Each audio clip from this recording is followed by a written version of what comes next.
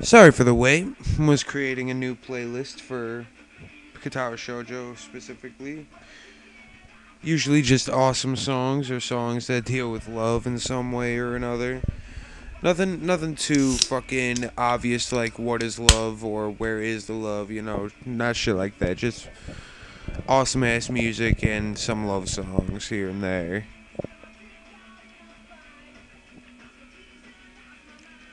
And Peppermint Creeps because I actually found an active MP3 for it. I was just like, oh hell yeah.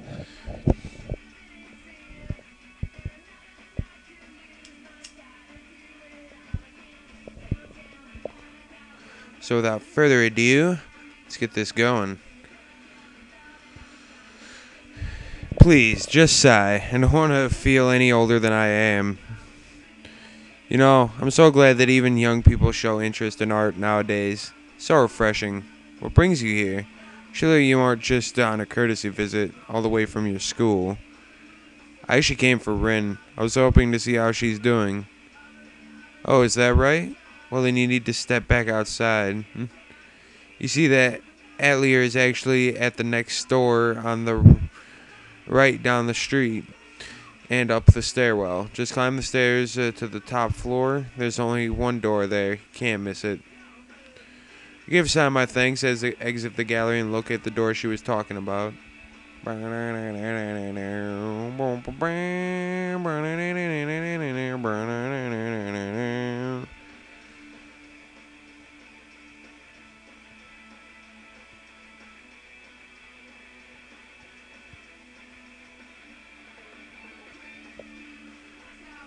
Sorry, I was really digging that song. Love Gun. Hell yeah. Leads to a dark stairwell, which reminds me of his stairs leading to the roof of the school building. Stairs are steep, and even though it's only 5 floors, my breathing gets heavy before I reach the top. An unassuming wooden door waits for me there. It's unlocked, so I knock and enter. I can never tell what that painting was. Like, is that a fucking ghost with like a mop or something? What is that?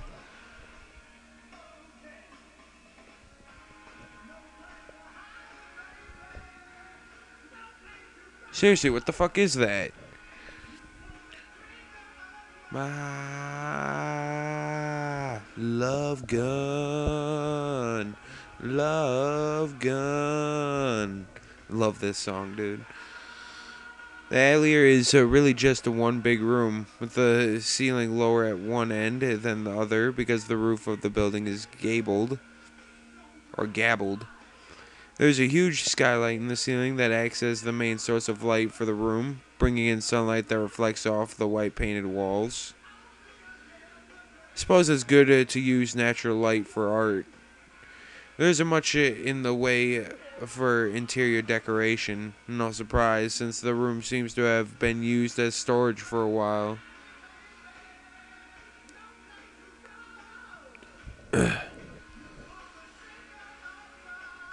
All kinds of boxes and office furniture are scattered around the place. The room is dusty since it's not been in use for a while. I can see that someone has made some effort to clean up a little, but it's far from immaculate. And then she just appears in front of the fucking painting. Like, whoosh, motherfucker, you don't view shit that ain't finished yet. Rin stands in the middle of the room with her back to me, staring at a half-painted canvas placed on an easel. Not working on it, just staring, unmoving. She wears what must be second or third hand denim overalls over the standard school uniform shirt, much like the one I'm wearing. They look pretty worn and are covered in paint spatters. From the way they seem to be loose or tight in places, I'm guessing that they weren't originally Rin's. Hi. Hello. Rin doesn't judge my showing up as worthy of turning around, saying maybe something more than just a mechanical reply to my greeting, smiling or anything. She keeps on doing whatever it is she's doing. Probably some weird creative thing inside her head. Perhaps I should have expected as much. Still, I make another attempt at conversation. It's a pretty cool place. Big, too. It is. So I said I can use this as much as I like. I even have my own key. So how's the work going? She doesn't answer for a while. I begin to wonder if she's already forgotten the question. As a cloud drifts over the building, shadowing the light pouring in from the skylight, the change in Rin's surroundings seemed to wake her up. Wait, did something glitch? Hold up. No, nothing glitched. It just took a minute to play that. Okay.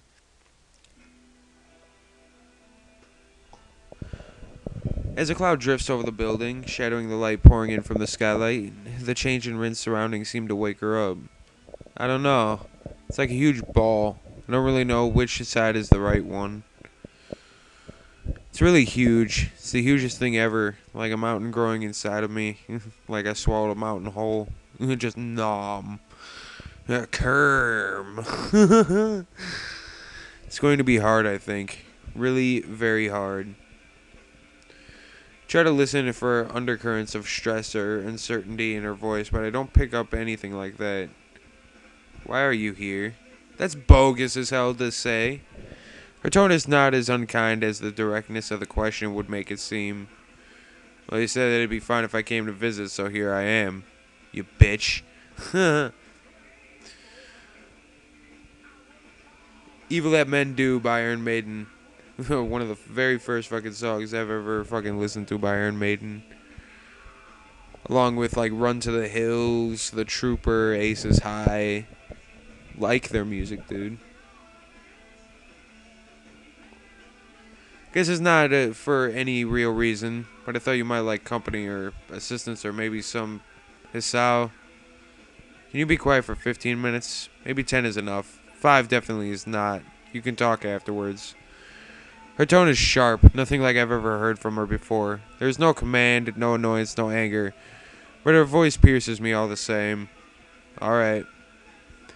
With the silence that falls, anxiety creeps back into my heart. I wonder if it was a mistake to come here. Murmurs of traffic filter in from outside, and I start to feel more and more uncomfortable.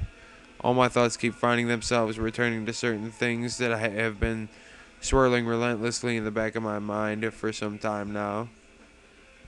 I feel like those thoughts will surface out of the tempestuous sea of my mind, whether I want it or not.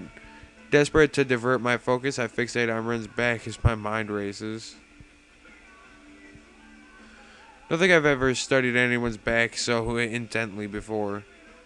Her neck, hidden by copper-colored hair, which is, again, in complete disarray. That relaxed yet rigid posture reminds me that Rin's physical appearance often tends to be as awkward as her various trains of thought. Those gaunt, delicate shoulder blades visible through the thin white fabric of her shirt.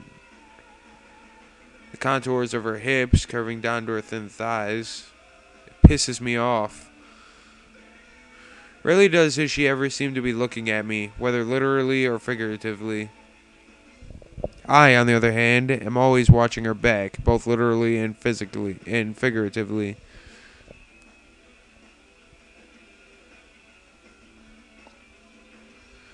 Whenever she is painting, whenever something catches her fluttery attention, whenever I don't forcibly make her listen to me, can't reach through to her. Rin's heart is uncharted territory, dangerous waters, blank areas on a map. The edge of the world? If I went too close, I wonder if I would fall off. What do I think of her? Sometimes she's aloof and distant, and it annoys me. At other times, her passion for things she thinks worthwhile shines through and inspires me. Can't understand her. Still, I like her and consider her my friend. I suppose part of friendship is putting up with the oddities of the people you call friends. I have to admit, there's a lot of putting up with Rin. What does she think of me? I have no idea. Last week I thought she might have liked me romantically, what with the kiss and all. Forced me to ponder my own feelings too. This week, I am utterly confused. What would she do if I told her I liked her that way? I wonder if I really do. Damn, I can't make sense of my own thoughts anymore. Must be contagious. Even if I said a thing like that, would it matter? Nothing affects Rin. Nothing. I'm done. Find her turned around, now staring straight at me. It unnerves me. Try to remember what we, or rather I, were talking about before she requested a timeout. Alright, just came to... I don't know. Still can't finish your sentences? It's not that.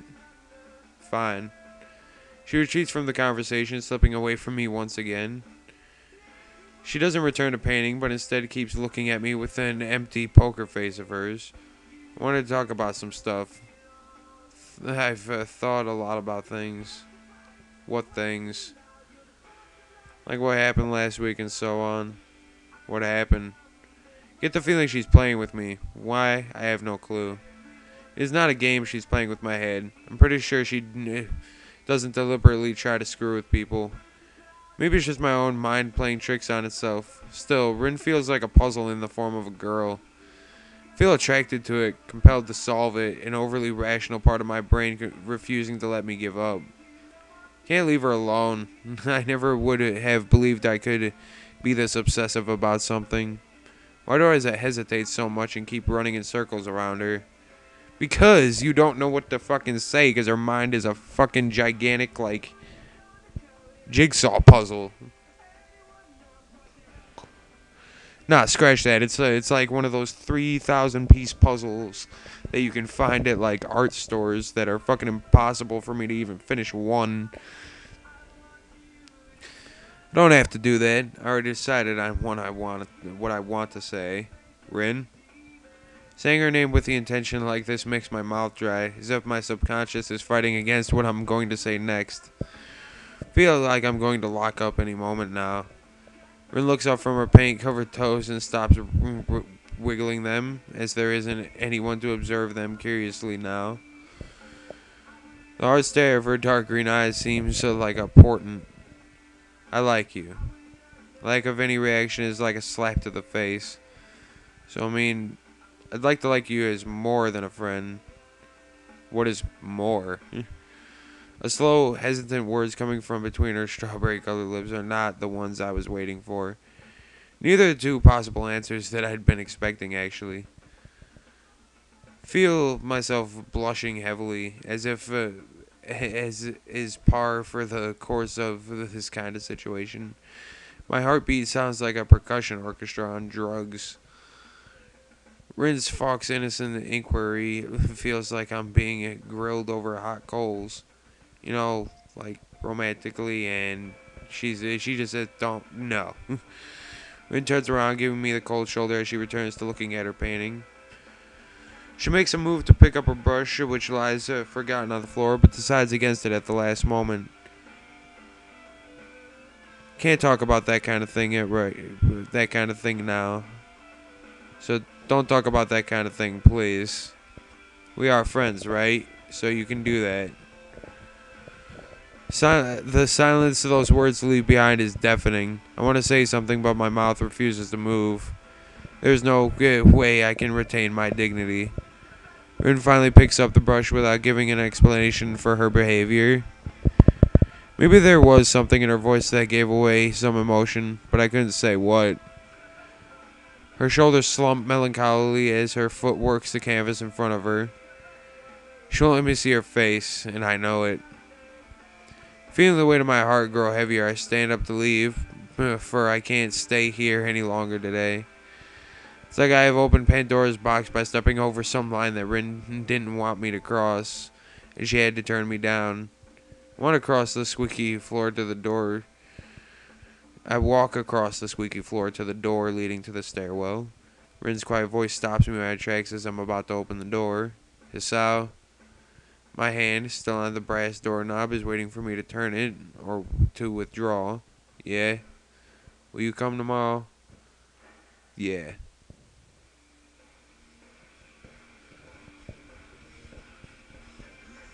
Fucking listening to Papa Roach. Give me to be the fucking respect. Taking it back to a hardcore level. Better get ready, put your pedal to the metal. Taking it back to a hardcore level. Better get ready, put your pedal to the metal.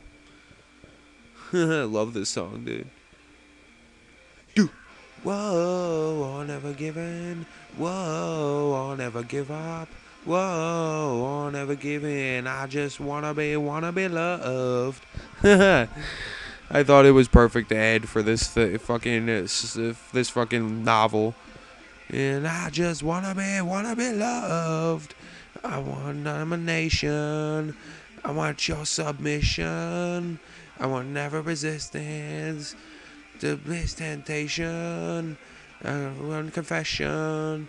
I love deprivation. I got a jetpack on. It's all fucked up and it's falling apart. I love this song, dude.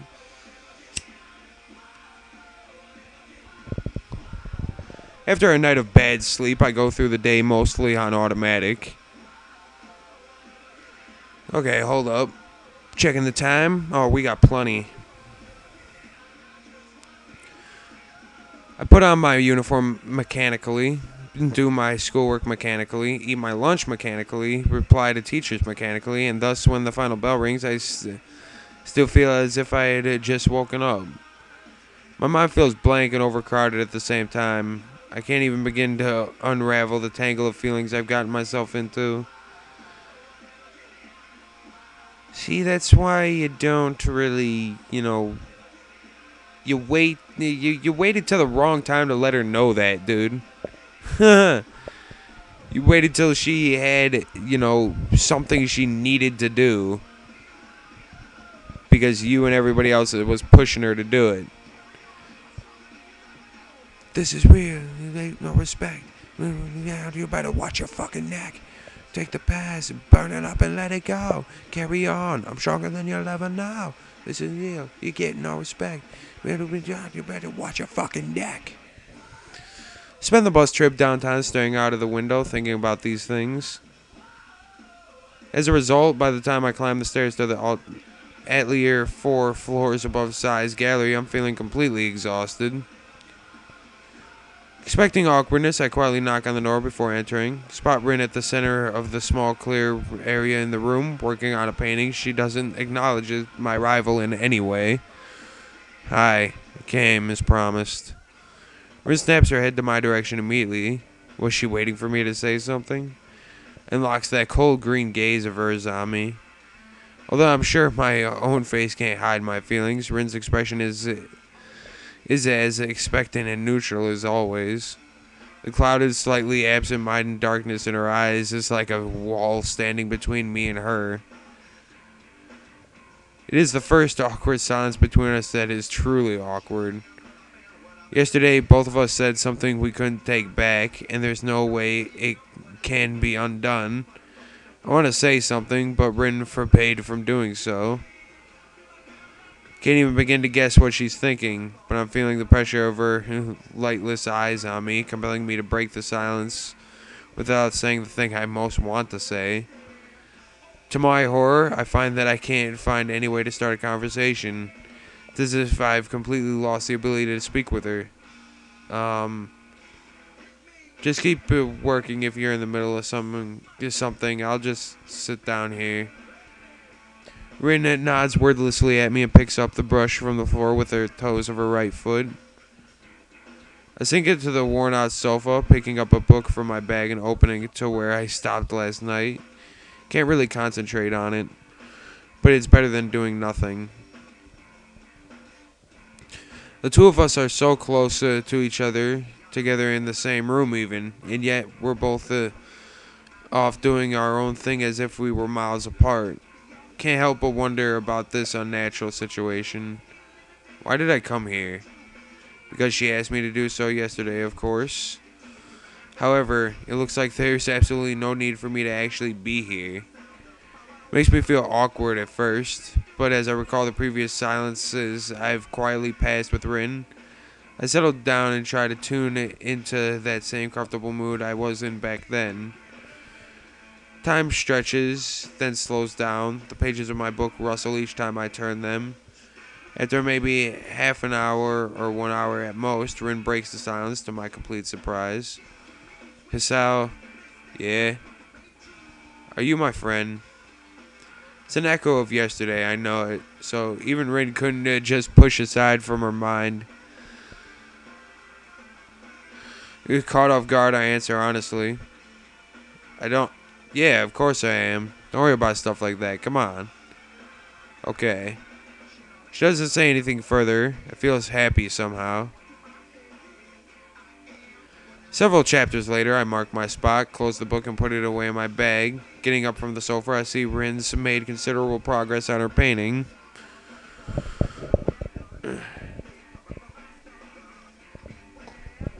Took a look at it for a bit. Still not quite finished, I suppose.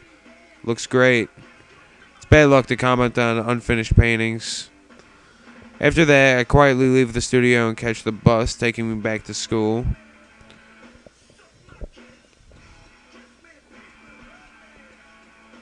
God damn, we flew through how many chapters? 2 in like, I don't know, 11 minutes? Life settles into some sort of vague, undefined norm. I visit Rin whenever I can, but each time is as strange as the first. They consist of mainly of me watching Rin at work, or just reading a book on the couch while she works. We barely talk at all. Long, quiet evenings stretch over the last weeks of June. Sit on the couch in the atelier, listening to the quiet rustle of Rin's brush and my own heartbeat, trying to make sense of the former and forget about the latter. I am a silent visitor in this place, a ghost.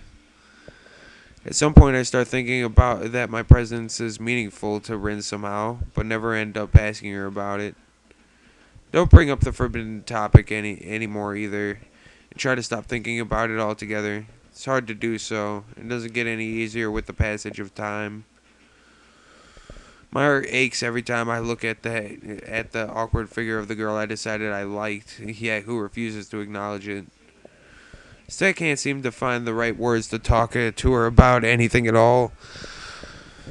But I find quiet solace in observing her from nearby. The distance between us doesn't feel that huge, and when I can be close to her, even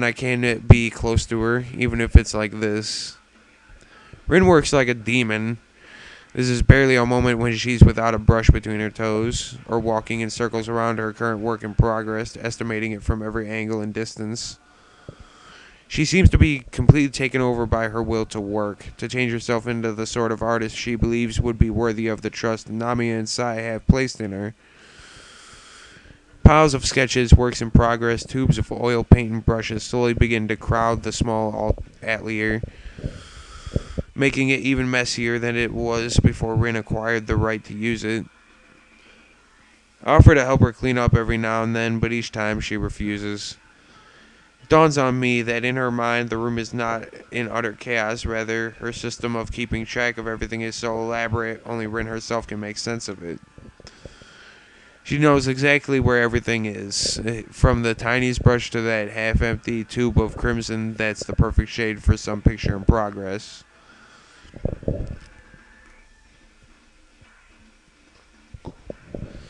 Rin walks from one painting to another, looking at them as if not remembering that she made them. She talks to herself, or to the paintings, even when I'm present, always just quietly enough that I can't make out the words. Every day, Rin pours herself onto the canvas for hours on end, squeezing every bit of her ability and even her soul to make good on that promise she made to me, or to herself. Black marks appear beneath her eyes, a sure sign that she's skipping sleep in favor of painting. I'm somewhat surprised to see her at school a few times, never go and say hello, though, as I somehow feel it would break the silent magic of the evenings we share at the atelier.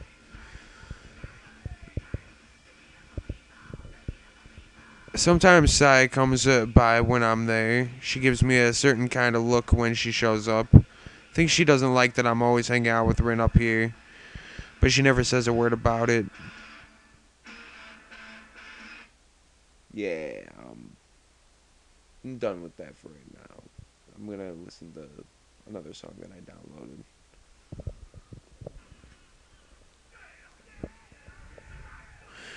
She isn't quite as full of praise for Rin's work as Namia, but is visibly impressed nevertheless. However, when she turns her eyes from the wonderful work of art and look upon the little red-headed girl that made them, a sudden deep sadness floats onto the surface of her expression. Can't explain, she never talks about it. June turns into July almost without warning. End of term exams look dangerously close. All I can think of is Rin. Feel like a sleepwalker at school, looking forward only the next time I get to visit that silent place above Sai's gallery. After Rin refuses my attempts at directly helping with her work, I try to figure out other ways to help her. Finally dawns on me that she isn't eating properly. My course of action decided, I stop at the convenience store before going to catch the bus downtown on my next visit to the studio. Feel very energetic as I open the door to the Atelier to greet Rin. Brought you some fruit. You need vitamins and actual food after all. Do you even eat up here? I do eat. If I didn't eat, I couldn't paint. Then why don't you eat a couple of these? Shake a bag full of ripe oranges in my hand in a ploy to tempt Rin into taking a break. To my surprise, she actually lays her brush down and walks over to me to see what I'd bought. Her expression doesn't change at all when she looks into the bag. Can't eat oranges this how. It does not work very well with feet. That's alright, I'll do it. Of course I knew that. She told me herself after all. I extract the tiny fruit knife I had with me. It's like one of the round fruits. After making the initial cut, I begin to peel it with my fingers. Strong scent of cut orange rind immediately fills the air as thousands of tiny droplets of oil burst from the skin. I remove the first section of the hard peel and shoot a glance at Rin. So, how's the work going? I don't know. It's like I'm in the center of some huge mountain of jelly I have to dig my way out. Must be stressful. Seriously, that face, man, it just looks like she's just, like a part of her brain just fucking pops. She's just like, I think it might be, even though it's just painting. All this, everything feels really strange. I wonder if Rin is the kind of person who likes to carefully remove all the white, fibrous stuff from oranges before eating them. Or the more careless type who just eats them as they come. Maybe neither. I'm the former type. So I meticulously clean the orange slices one by one while Rin watches the process with mild curiosity. I realize that I don't have the faintest idea about her likes or dislikes, or any of the other little details that make up the concept of a person for those around them. It's like in all this time I haven't learned much about her at all. Once I finish lamenting that fact, I realize I've cleaned the entire orange and it neatly split it into pieces. Hold the slice up, bringing it closer to Rin so she can pick it up. Here.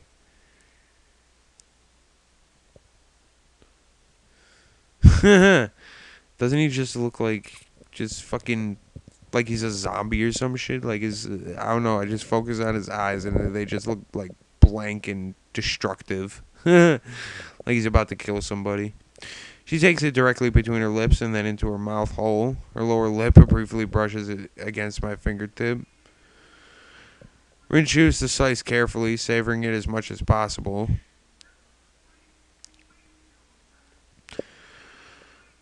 I become fixated on the movements of her jaw, the trickle of juice glistening on her lip, the way her throat moves when she swallows the orange slice.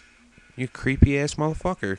I'm sorry, that just sounds really creepy to pay attention to. Just like, I wonder if she swallows. That's probably what he's thinking. He's like, After I realize what I'm doing, I turn away, feeling embarrassed about watching her so intently. It's not the same as it usually is. The orange painting. Well, is anything like that ever the same? It is sometimes, I think. I don't know what, though. Might be starting to paint differently soon if this goes on. Well, wouldn't that just be that change you keep talking about? She thinks about it, blinking her eyes a few times nervously.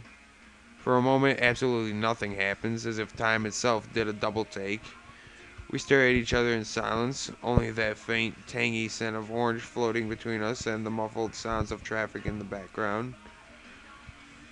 Then I pick up another slice and hold it to her. She takes it from me with her mouth, just like the first time. I didn't think it would be like this. Keep on going and see what happens. It's not like you can do anything else. Yeah, it's the only thing I can do. After that, she says nothing more. In the ensuing silence, I feed Rin the rest of the orange, one slice at a time. When I peel another for her, in which she eats as well, the third I eat myself, and the rest are left in the plastic bag, which I put on the small desk next to the couch. Rin stands up and returns to her painting with a strange look in her eyes that I haven't seen before. Like most of her expressions, it is completely unreadable. Even if I ask, she wouldn't explain what it means. Jesus, so many chapter changes. And we're not even. Wow, dude. It's 3 chapter changes in, like, so little time. Some days later, I spot Rin and Sai standing together in front of the gallery as I walk down the street toward the gallery. She's smoking a square. They seem to be talking to each other while Sai has a smoke. Good afternoon. They say this even though it's not really afternoon anymore. It came a bit later than usual since I got caught up doing homework. It's going to be dark soon. Oh there, Hisao. Came to visit the little kitten again? Rin makes a face at the nickname. I guess she doesn't like it. Ironically, the way she wrinkles her nose like that really does make her look a little bit like a cat. Hello. Sai turns back to Rin to continue the conversation they were having. So in other words, everything is going well enough? Rin makes a difficult expression and turns her face away from me for some reason. It's difficult. It's like I'm missing something, but I will do it. Work hard and it'll be fine. I'm going to have to start working on my part of the preparations. I need to do a sales catalog, invitations, decorations, advertisement, and so on. I need the names for your work, and we also need to think up the general theme for the exhibition. They don't have anything like that. I'm not very good with words, so I don't use them. If I cannot use them, I mean, sometimes I have to, but I think this is not a time like that at all. You don't like naming your works? I don't like it.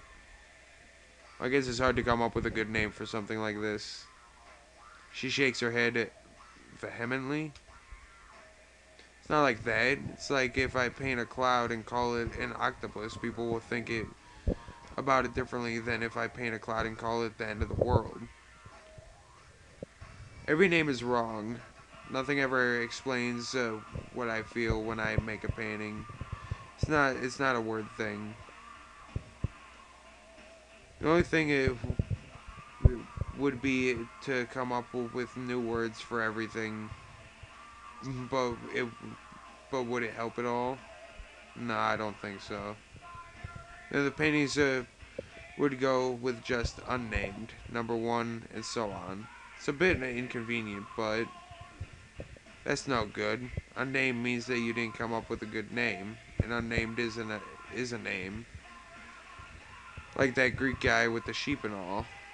Sai thinks about this for a while, furrowing her brows. She keeps looking at Rin's serious face. So you're saying your artwork should be completely without labels? I think that's what I'm saying.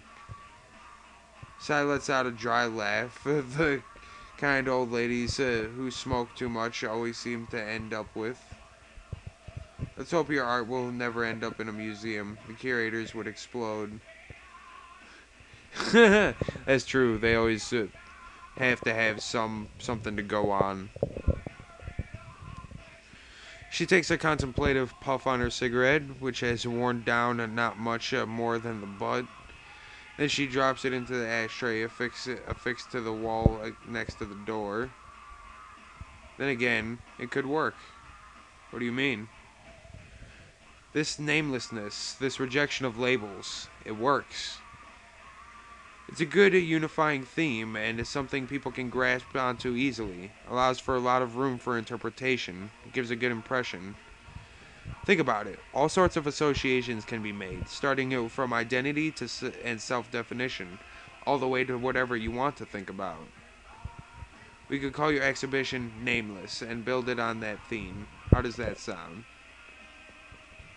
Rin thinks about this for a while. I'm not sure how Sai managed to get so fired up by Rin's reluctance to apply names to her works. Feels like she might be extrapolating.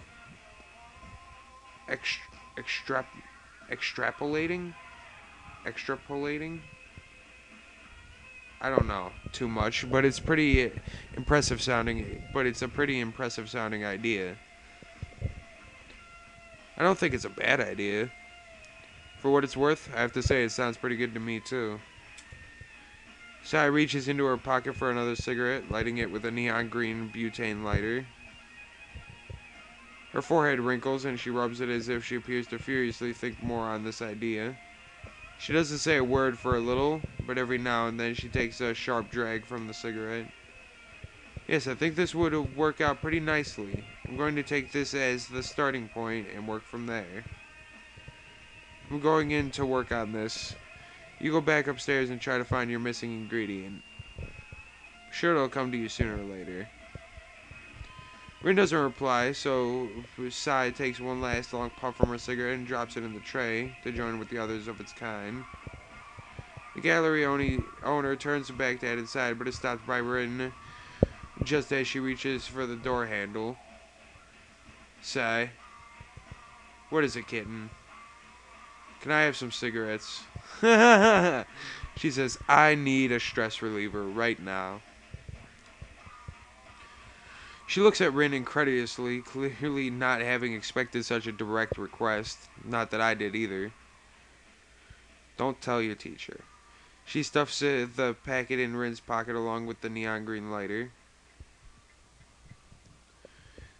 The day is already folding into dusk when we climb up the dark stairs leading up to what is now basically Rin's atelier.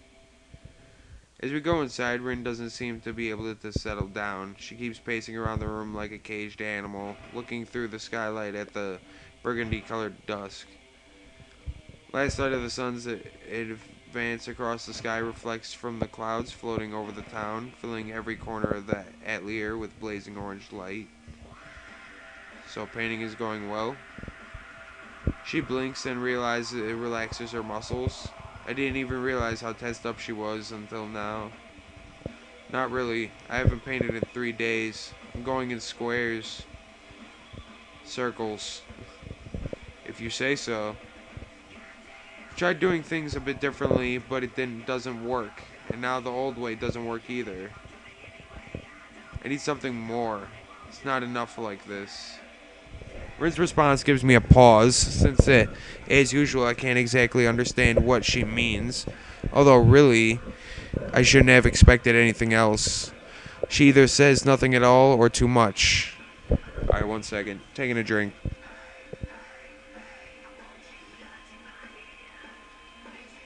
Ugh. Cold Coca-Cola. Epic. Where did my... Oh, here it is. I have a neon green lighter, too.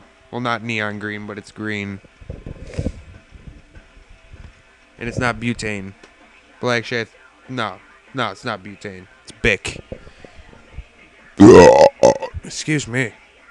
I told you guys it was going to come back sooner during the series at the beginning. Excuse me, Jesus Christ.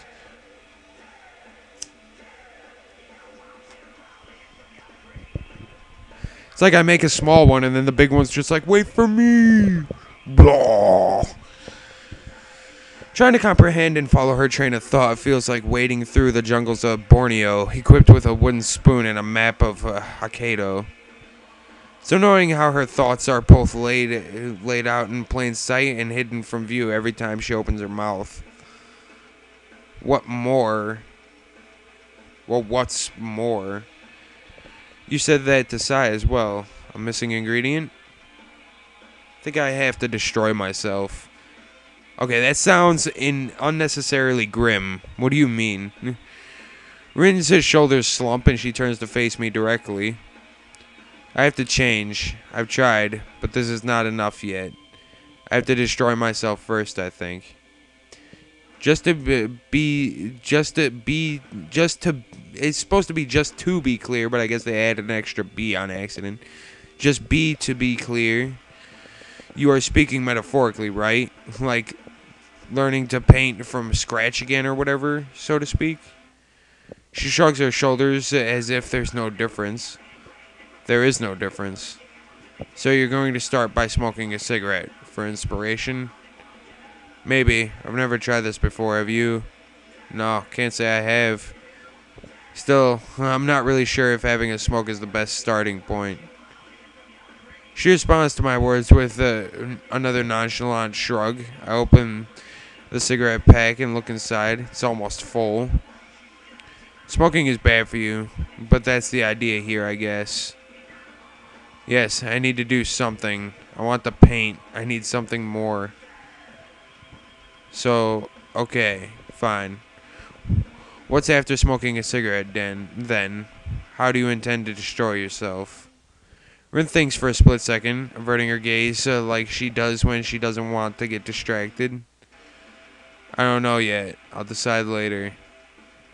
Rin bends down to pick up a cigarette from the end. She raises her head with one between her lips and turns to me, eyebrows curved into two arcs, challenging me to respond.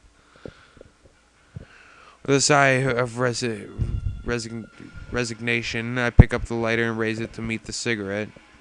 I can feel Rin's warm breath against my quivering hand. The flame flickers to life on the third strike of the flint, and I try to aim the dancing fire at the end of the cigarette. An amber-colored glow spreads into the wrapping paper and tobacco as Rin inhales the first smoke. It seems to relax her significantly. To my surprise, she doesn't cough, despite telling me that she's a first-timer. She seems to remember that it's hard to blow the smoke out without spitting the cigarette out as well. Not really, dude. You just put it to one side of your fucking mouth and you blow out the other. Like this. There. Hands free. Easy peasy. She quickly sits down on the floor, bringing her foot to her lips like a circus contortionist, and expertly picks the filter between two toes. I get down on the floor as well, and we both lie down almost simultaneously while Rin blows a steady stream of smoke towards the dim sky beyond the glass of the skylight, looking after it thoughtfully. The thin haze of steely blue smoke slithers towards the ceiling in fish-like movements.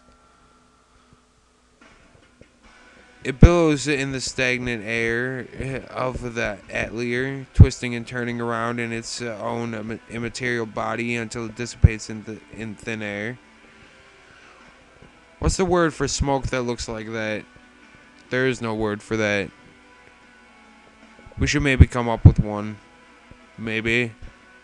Rin takes another quick experimental drag. It's not very tasty. Feels like inhaling the dust lying on top of a forgotten book about the memories of a dead kingdom. Do you want to try? My hesitation unintentionally surfaces again, making me freeze in the face of a rather trivial and a commonplace challenge. Peer pressure, peer pressure, peer pressure. Rin's ability to take everything so coolly is something I'm a bit jealous of. Alright.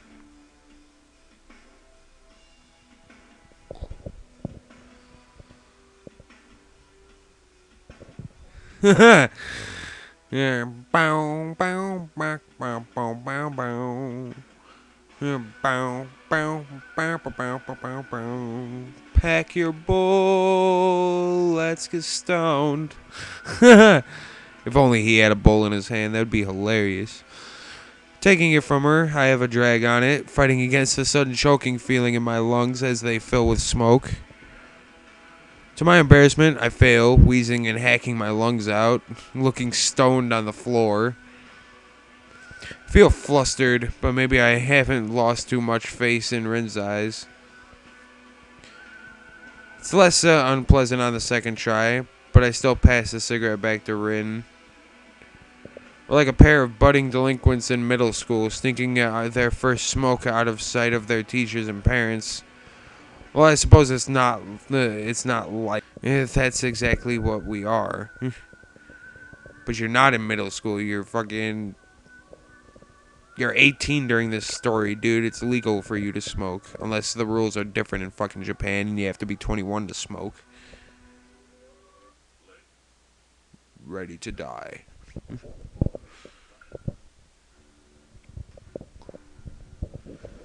After a while, the cigarette has shrunk most of the way down to the filter. Rin is still looking quietly out of the skylight.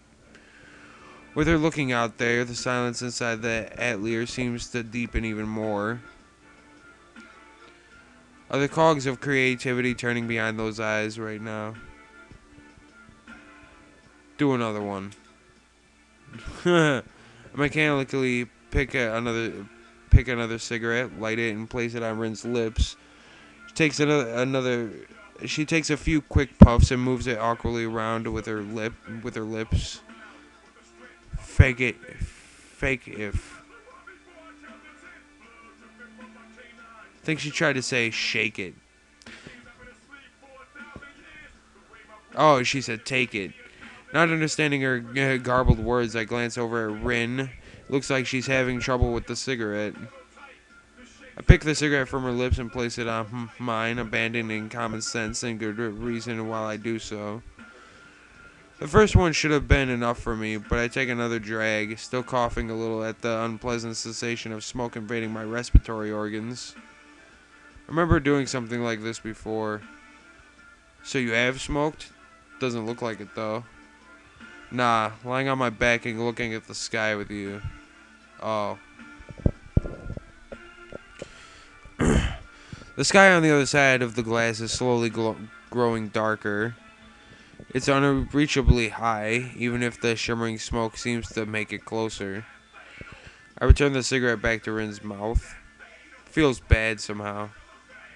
The space between us, less than arm's reach, is still there.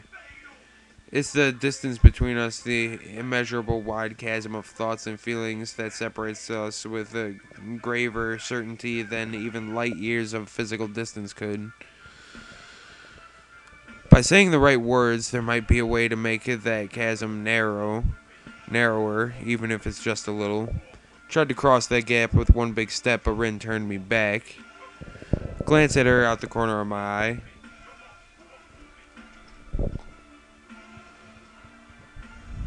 Rin is staring upward through the smoke-filled ceiling and the skylight at the darkening sky above us. It's almost like she's sleeping, even though I know she isn't. Her eyes are open, as is her mouth. I take the cigarette from Rin before it falls on her cheek. She doesn't react to my touch in any way. So this is where we are now. I wonder if we can ever be closer than this. I take a drag of the cigarette and blow a thin stream of smoke upwards. These indirect kisses are the only things that connect us right now. Taste of Rin's lips on the filter mixed with the ashen taste of the smoke. Her soft lift against my fingers as I press the cigarette on her mouth, as if she was placing kisses on them. The ash is softly falling on the floor between us like snow. As the second cigarette is being finished off, I'm already lighting the third one. The only thing breaking the stillness of the atelier is the inaudible sound of smoke floating upwards and the first stars blinking overhead. How much time are we working with? Yeah, gonna stop it here and start another one.